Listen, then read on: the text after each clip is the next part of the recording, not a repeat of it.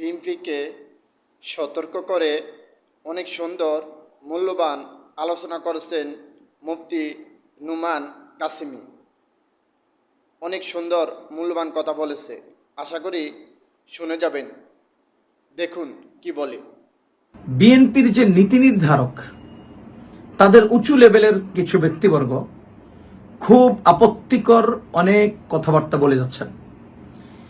বিএনপির নামধারী বা বিএনপির সাইনবোর্ডধারী বিভিন্ন নেতাকর্মীরা রাস্তায় চাঁদাবাজি করছে, ব্যবসা প্রতিষ্ঠানে হানা দিচ্ছে, মানুষের উপর আক্রমণ চালাচ্ছে। তাদের অন্যায় আচরণের কারণে মানুষের জীবন কুণ্ঠাসা হয়ে যাচ্ছে।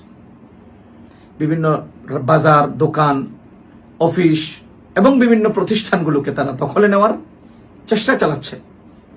তাদের নীতি নির্ধারকরা তাদের দলীয় নেতাকর্মীদেরকে নিয়ন্ত্রণ করার ব্যাপারে জোরালো কোনো ভূমিকা না রেখে তারা ইসলামকে, আলেম ওলামাকে, ধর্মকে, ধর্মপ্রাণ মুসলমানদেরকে প্রতিনিয়ত আক্রমণ করে যাচ্ছে।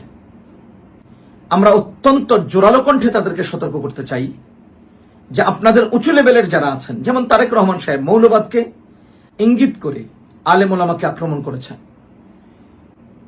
মির্জা ফখরুল ইসলাম আলমগীর সাহেব, তিনি শরিয়া আইন বিশ্বাস করেন না, তিনি শরিয়া আইনকে অবিশ্বাস করেন, এই টাইপের বক্তব্য দিচ্ছেন।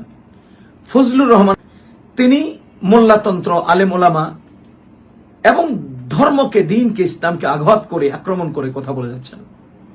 আমরা সুস্পষ্টভাবে বলবো, এইভাবে যদি আপনি বলতেই থাকেন, এইভাবে যদি ইসলাম বিরোধী এবং মুসলমানদের আকীদা বিরোধী বক্তব্য আপনারা দিয়ে থাকেন,